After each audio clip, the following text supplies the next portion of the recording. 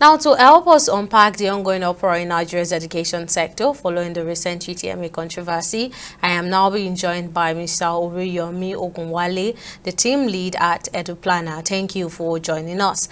Now, we see that Jamb admitted to systematic flaws in this year's result. Now, in your opinion, what do you think are the systematic flaws that could have led to technical error of this magnitude in an examination, in a national examination like UTMA?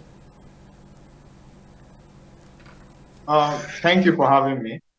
Um, I think in implementing an upgrade like this that Jamb has decided to do, which is actually to address the cases of examination malpractice, which is a very, very commendable effort by Jamb to actually move from the paper form-based system to a single tier-based system. It is a very, very laudable idea. However, I think in implementing something like this, it should have gone through a lot of tests and a lot of retesting. Now, from the press release made by the registrar, the one of those things they talked about was that it was more of a human error because you see that some of the security patches that were supposed to be done for the servers in the lag areas, in the lag states, were not done. And that was what cost over 300,000 students who their results were not consistent. So these are the big issues. And one of those things I would say, because when you say technical issues, you are saying the servers are wrong. But the servers were not wrong this time around. The other servers around the country were updated. It was just the ones for the lag area, the lag states that were not updated, which is as a result of the officers in charge who did not update the security patch for these servers. So one of those things that I think could be done is, why did this happen? These individuals, what happened? Why weren't they able to go to these servers and update them? And I think this should be done. What the registrar has done so far is to describe what happened.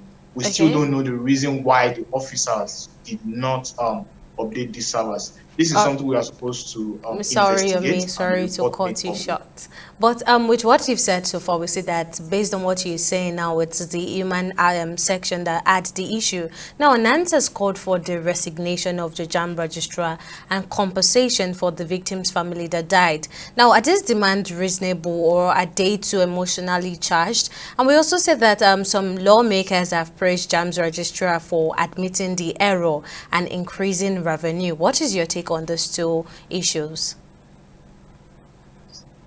I think the whole opera around this year's results has been too emotional for me as an education expert, in the sense that when you look at the difference between the failure rate of last year and this year, it's just 1%. So was this opera available last year?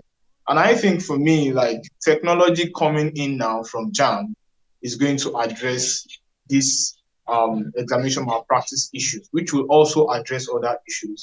Now, coming to NANS, it does not, the whole opera around the registrar should resign, I think, is too emotional on my own part, because it's an institutional issue and they can address it as an institution. This is the first time it is happening. Unless there's a repeat, I don't think there should be any resignation from the registrar for now. And I think a very good call for them to compensate the family. Now, coming to our lawmakers, I think when you are looking at issues like this, the primary role of JAM is to organize examinations, not to generate revenue for the government. And I think since Professor Loyede came into as JAM registrar, the revenue has shot up a bit. And that is not a fair thing on participants who keep writing this examination every year.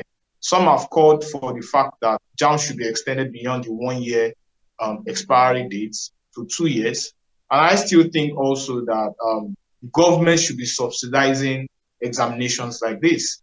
And JAM should not be costing more than 3,500 naira for participants, even at this stage. So these are some of the issues, and the lawmakers are actually very, very wrong this time around to say that Jamb has been making issues misplaced priority on the part of the government. Mr. Oriyomi Ogunwale, team lead at EduPlanner, thank you once again for your insight, and we hope that this matter is resolved with fairness and transparency.